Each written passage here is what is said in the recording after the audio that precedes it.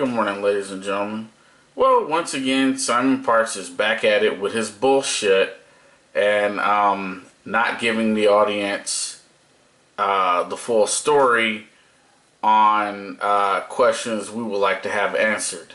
I want you guys to pay very close attention to a question that JP received from a listener out of Japan. And I'm going to give my 2-cent commentary on it. But listen carefully. So there we go. But it's got some good bits in it. So meanwhile, Matsu from Japan. Thank you very much for taking my question. I'll keep it short. From the last show, Simon, you spoke about the opening scene from Downton Abbey, where the place settings were perfectly measured using a ruler, and how very reptilian that was. I live in a country that functions on the same standard, perfection and conformity. My question, are the Japanese people direct descendants of the draconius reptilian? Also, there's another question. For the last show, you ended on the topic of missing children. It's absolutely horrific with what happens to these children. My question, for the parents out there, what can we do to make our babies and children less of an appealing target? So, first of all, Japanese, are they draconius descendants? No, they're not. But think about China and Japan, how the dragon is a very important part of symbology and mythology and energy. It is because of not the fact that the people of Japan are descended from Draconis Reptilian, but the law and the way that the elite clans, going back a few hundred years, the elite clans and groups were infiltrated, and I don't mean physically, I mean through their dreams, through their commitment to honor, which is absolutely brilliant. So don't misunderstand me.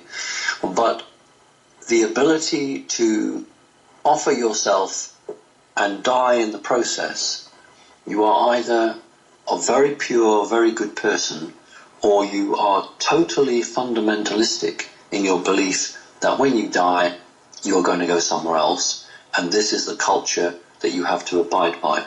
So, no, the Japanese people are not direct descendants from any form of reptilian, but they are descended from a very strict control law, which was given to them by a faction of the reptilians. So that was the first question, and now I've forgotten the second question. That's okay, I've got it here. For the parents out there, what can we do to make our babies and children less of an appealing target? Okay, right, this is not about fear. This is not about fear, but it's a very good question. Right. Children, let's start with children. Children are taken who fall into two groups. One group is they don't come from a particularly important family, so street kids, orphans, they are taken because nobody worries, nobody cares, and that's sad. But the other end are those who are very psychic and very gifted, and they're also taken. So when somebody goes to school and they start their schooling, and they're identified as very gifted and talented, and what will happen is if that kid goes into the military-industrial complex, they won't be taken because they are going to serve the military-industrial complex, and lots of universities are infiltrated to identify and pick up these bright kids.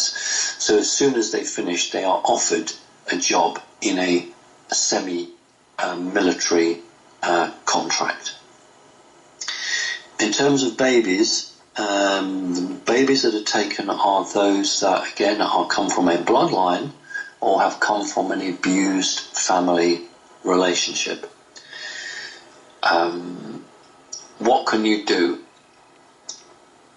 What you can do is look after your children much more than I see people on the streets. You know, I see people walking on the pavement with a 4 and 5 year old kid. In the United States they call it a sidewalk. And you know, when my kids were small, I would position myself between the road and the sidewalk and the pavement. So if the kid ran, then they've got to get past me first. But I see kids, just running down the sidewalk, running down the pavement, and the parents on their cell phones, their mobile phones, absolutely unaware of what's going on. So that's one huge extreme. The questioner is not asking about that, but I just wanted to say what a shocking state we're in, actually.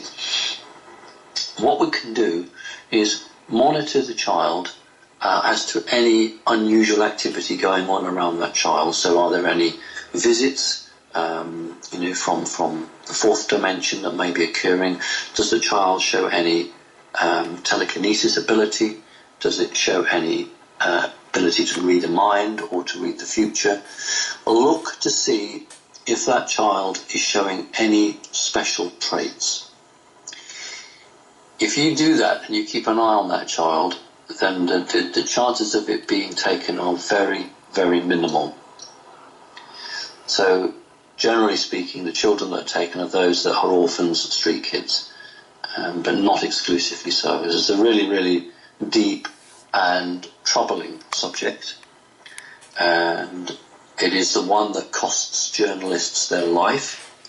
It's the one that costs whistleblowers their life, because if you can trace the paper trail back, you will be able to implicate top rungs of government, royal families, media, corporations, less so with the military actually, and less so with the intelligence agencies. This is more of the perversity of the rich and the wealthy, those who are ultimately connected to a satanic cult. So I can't use the name because no doubt I'll get a lawsuit. But there's a very, very big theme park, perhaps the biggest in the world, and it's not widely known. There are tunnels under that theme park, and it's not widely known that plenty of children go missing in this theme park and are never found again. We can't mention the theme park because, as I say, the way that the world is at the moment, I'm sure I'd get a writ. So just don't let kids out of your sight during crucial times. You put your kid into a beauty contest. You have no idea the dangers that you're bringing forward, or going on to television to sell things. It's not a harmless, easy thing you think. That information can and sometimes is passed to others. So just be your normal good self, your normal good parent, and the likelihood of something happening is very small. Thank you for your question. Okay, that's all I wanted everyone to hear. As far as it goes with the guy that asked the second part of the question from Japan, and Simon went on and on about the missing children, how we could protect the children. The park he's referring to is Disney World in Orlando, Florida. And to my understanding and knowledge, that might be the biggest theme park in the world. So that's a no-brainer. I'm going to try to make this one short. Once again, and not surprising, and lo and behold, Simon ducked and dodged another question pertaining to another non-white Earth race pertaining to their extraterrestrial and galactic origins. And this time it was exclusively the Japanese. And the Japanese listener that sent that question in to JP, wanted to know where the Japanese people come from. And once again, Simon refused to discuss it, just like he did with the blacks, the Chinese, the Native American Indians, and the Eastern Indians. I don't even need to go on a rant. My rants are kind of played out, but from time to time I will get upset and offended by shit he does.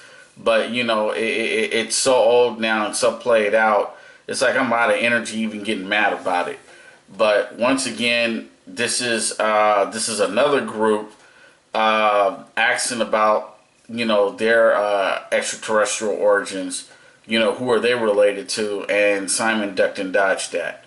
So for all of you people that kiss Simon Parks' ass, got y'all head up his ass, and believe every fucking thing he has to say, I just want to let you know do you see a pattern here?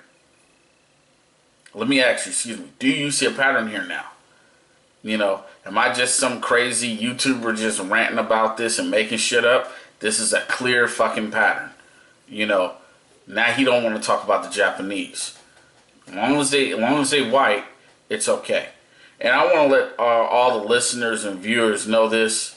You know, from the bottom of my heart, I don't have a problem with these extraterrestrials and alleged extraterrestrials looking like white people.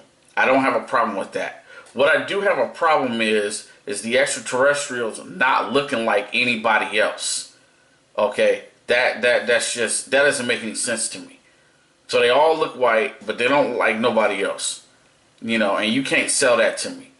Okay, who are the other Earth races? The blacks, the Eastern Indians, the Chinese, the Japanese, the Native American Indians. Who the fuck are we related to? Simon Parks? Because you fucking know that answer. Sorry, I said I wasn't going to go on a rant, but that shit just pisses me off every time I think about it. Because he does this shit and he's very blatant about it. And that fucking idiot JP never brings that up to him. You know? So, I'm going to say it once again. Everybody listening to my video. This is a clear fucking pattern with him. It really is.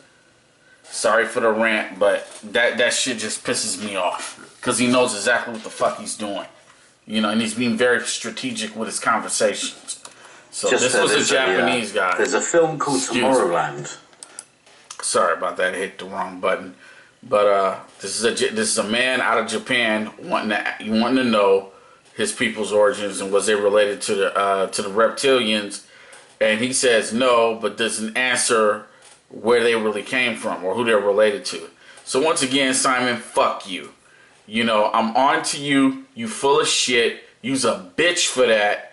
You know, and as long as you keep doing that shit, people like myself and others are going to continue to call your punk ass out. Motherfucker.